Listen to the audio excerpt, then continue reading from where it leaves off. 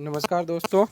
जैसा कि सरकार ने विज्ञप्ति निकाली है, बताया है कि भाई आपके पात्रता का एग्ज़ाम करवाया जाएगा। पात्रता का एग्ज़ाम करवाया जाएगा तो पात्रता के एग्ज़ाम आपको पता है आजीवन हो चुकी है। जो पीछे पहले वाला रीट पात्रता का एग्ज़ाम क्लियर कर चुका है उनको अभी पात्रता का एग्ज़ाम नहीं देना है। अगर देना चाहे तो उनको कोई मना नहीं है, लेकिन अब जो नए फ्रेशर स्टूडेंट हैं उनके लिए क्या करना चाहिए, कैसे उनको सिलेबस पूरा करना चाहिए, हमारे को क्या टारगेट रखना है। टारगेट यही है 90 अंक लाना, मतलब 60% अंक आपको लाने हैं जनरल कैटेगरी के। बाकी अदर कैटेगरी के लिए मैंने पिछला वीडियो बनाया था, उसमें पात्रता के लिए मैंने कंप्लीट सिलेबस वगैरह बताया था, तो उसमें आप देख सकते हो। अभी हम स्ट्रेटजी देखेंगे कि हमें कैसे पढ़ना है और क्या करना है। 90 दिन है हमारे पास और 90 अंक लाना है, ये मान के चलो। आप 90 दिन मान कर चलो, 90 दिन मान के चलोगे तो आपका एक बार के लिए सिलेबस कंप्लीट हो जाएगा। फिर बाद में आप धीरे धीरे और भी इसको सिलेबस को कंप्लीट कर सकते हो। आगे जैसे हम देखेंगे कि जैसे ये सिलेबस है अपना, ये सिलेबस है तो इसमें 2 लेवल है, जैसे लेवल फर्स्ट और लेवल सेकंड। लेवल फर्स्ट में आपको पता है बीएसटीसी वाले आते हैं, बीएसटीसी जिसे डीएलएड कहते हैं। और लेवल सेकंड में अपने बीएड वाले या बीए बीएड कर रखी हो, जिसने बीएससी बीएड कर रखी हो, ये सभी लेवल सेकंड में आते हैं। लेवल फर्स्ट वालों की योग्यता आपको पता है कक्षा 1 से 5 तक के कक्षा वाले होते हैं और कक्षा 6 से 8 तक पढ़ाने वाले होते हैं लेवल सेकंड वाले। अब हमारे को मोटे मोटे देखा जाए तो कितना सिलेबस पूरा करना है, तो 4 तरीके का सिलेबस पूरा करना है। एक करना हमारे को मनोविज्ञान, दूसरा एक भाषा करनी है, दूसरी भी भाषा करनी है, एक भाषा प्रथम और भाषा सेकंड। आगे मैं बताऊंगा कि भाषा प्रथम क्या है, भाषा सेकंड क्या है। दूसरा लेवल फर्स्ट वाले को एक चौथा सब्जेक्ट अपना करना है, जिसमें पर्यावरण अध्ययन मैथ्स वगैरह आती हैं, ये आपको कंप्लीट करना है। लेवल सेकंड वाले को भी 3 तो इनको सेम करने हैं, मनोविज्ञान, भाषा फर्स्ट और भाषा सेकंड। उसके बाद इनको एक चीज़ अलग करनी है, वो अपना सब्जेक्ट अलग करना है। जैसे जिनके साइंस मैथ थी तो उनको तो साइंस मैथ करना है, और जिनके बाकी जितने भी सब्जेक्ट है, जो हिंदी पढ़ाना चाह रहा है, चाहे संस्कृत पढ़ाना चाह रहा है, चाहे अंग्रेजी पढ़ाना चाह रहा है, उनको सब्जेक्ट के रूप में कौन सा सब्जेक्ट क्लियर करना है, एसएसटी। ये बात आपको ध्यान रखनी है। इसके बाद आपको ये भी चीज़ आपको ध्यान में रखनी है कि मनोविज्ञान जो है, मनोविज्ञान दोनों में लगभग सेम है।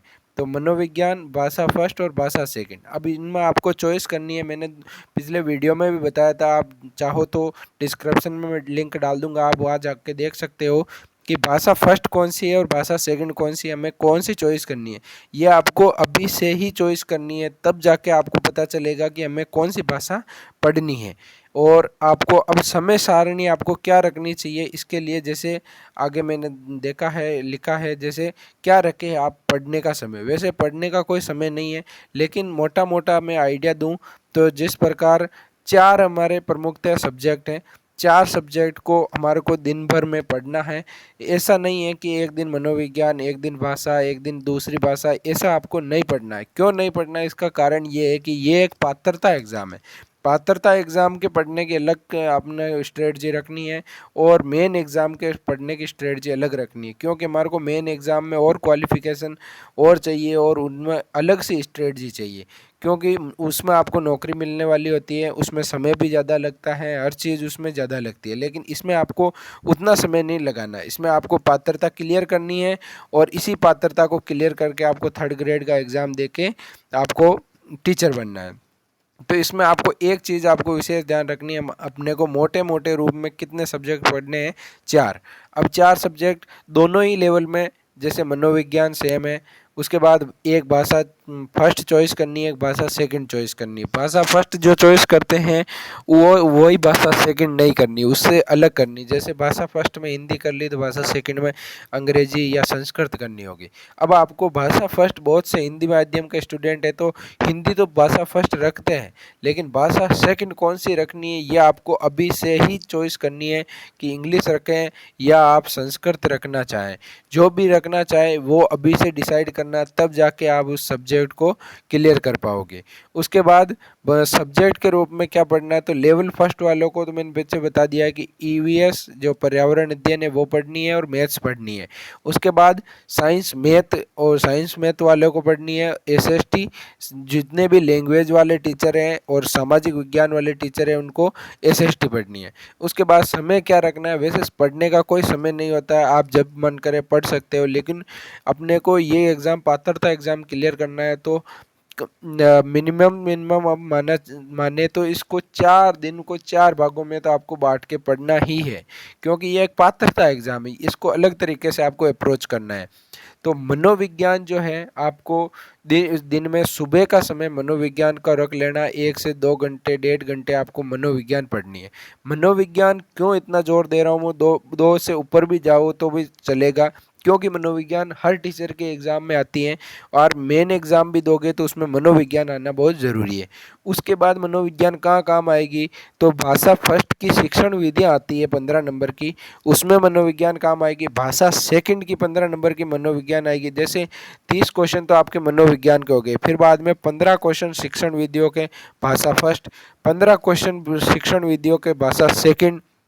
उसके बाद आपको सब्जेक्ट के अंदर शिक्षण विधियों के क्वेश्चन मिलेंगे 30। कितने मिलेंगे, 30। अब ये जो 30 नंबर आप मनोविज्ञान पढ़ोगे, इसी से जुड़ा हुआ इस 15 नंबर में मिलेगा, इसी से जुड़ा हुआ इस 15 नंबर में मिलेगा और इसी से जुड़ा हुआ इस 15 नंबर में मिलेगा।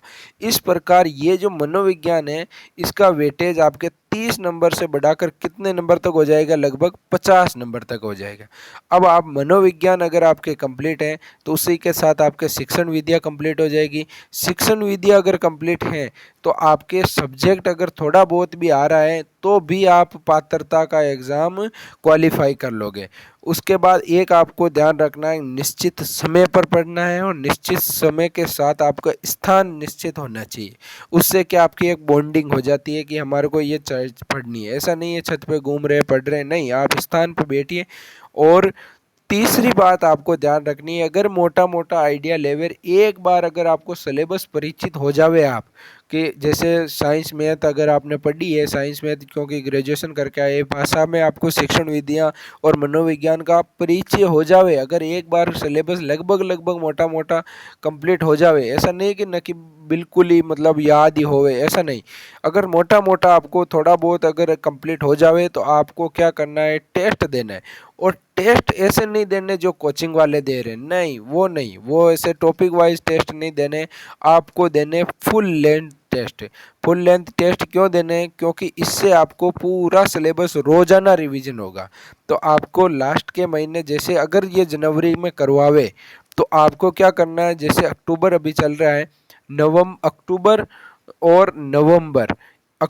और नवंबर के अंदर आपको इस सिलेबस को खींचना है, क्योंकि हमने भी एग्ज़ाम ये 2 बार क्वालिफाई कर लिया है तो मेरे को ये ज़्यादा मोटा यूँ नहीं लगता। पिछली बार तो जैसे जो रद्द हुई भर्ती उसमें तो हमने मेहनत करी थी और उसमें मेरे 117 नंबर थे, लेकिन सेकंड बार हम क्या कि वीडियो मेंस के इनके एग्ज़ाम दे रहे थे तो हमने ज़्यादा मेहनत नहीं करी, 7 दिन के लगभग टाइम मिला था और 7 दिन में हमने वापस रिवीजन किया और 102 के नंबर समथिंग आए। क्योंकि मैं है जो बिल्कुल क्लियर कट बात बताता हूँ कि इस तरीके से आपके भी नंबर आ सकते हैं। तो आपको क्या करना है, फुल लेंथ टेस्ट देने, फुल लेंथ टेस्ट से आपका पूरा का पूरा रिवीजन होगा। मॉडल पेपर लाने, कोचिंग वालों के भरोसे नहीं रहना आपको कि ये जैसे टेस्ट टॉपिक वाइज टेस्ट दे रहे ऐसे आपको टेस्ट नहीं देने, ये मेरा पर्सनल आपका ओपिनियन है, आपको बता देता हूँ। और फिर बाद में आपको क्या ध्यान रखना है, फुल लेंथ टेस्ट देने के बाद आप टेस्ट ऐसे 1 2 3 4 ऐसे पूरी गिनती लिख के कॉपी के अंदर उसमें टेस्ट दीजिए और फिर बाद में उनका राइट चिन्ह कीजिए और फिर बाद में उसमें आपको मूल्यांकन करना है कि कहाँ आपके गलती हो रही है।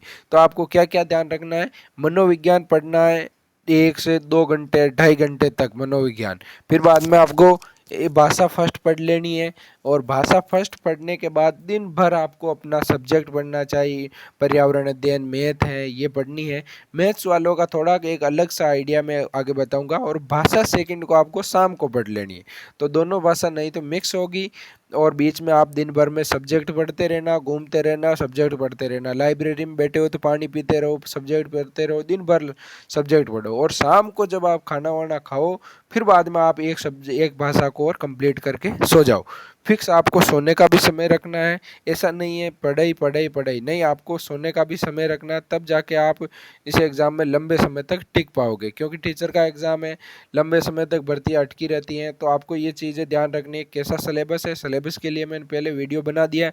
मेरे से जितनी हेल्प होगी मैं हेल्प करूँगा, लेकिन आपको एक ही टारगेट रखना है, 90 दिन 90 अंक, कम से कम 90 दिन 90 अंक का ये टारगेट लेकर चलना है। और एक ही बार में आपको पात्रता एग्ज़ाम क्लियर करना। अगर आप पात्रता एग्ज़ाम क्लियर नहीं करते हो तो इसका मतलब अपन क्या है कि पात्रता एग्ज़ाम क्लियर नहीं कर पा रहे तो हम टीचर बनने के लायक नहीं। तो ऐसा आपको नाम ही नहीं रखना है कि मैं टीचर बनने के लायक नहीं हूँ। आपको कुल मिला के ये मनोविज्ञान को कंप्लीट कर लेना है, भाषा फर्स्ट, भाषा सेकंड को कंप्लीट करने है, और सब्जेक्ट क्लियर कर लेना है। और 3 चीज़ों पर आपको विशेष फोकस करना है, मनोविज्ञान और अपना सब्जेक्ट। इन 2 चीज़ों पर तो आपको बिल्कुल यूँ समझ लिए 1 नंबर नहीं कटने देना है पात्रता एग्ज़ाम में, क्योंकि नेगेटिव मार्किंग नहीं है। तो यही चीज़ आपके किस में आएगी, फिर बाद में 3rd ग्रेड में आएगी, ग्रेड 3rd, जिसमें आप अध्यापक भर्ती कह रहे हैं, उसमें यही चीज़ें आने वाली हैं। तो ये आपको ध्यान में रखना, जितना हो सकेगा मैं आपकी हेल्प करूँगा, लेकिन आपको ये चीज़ विशेष तौर पे ध्यान रखनी है। धन्यवाद।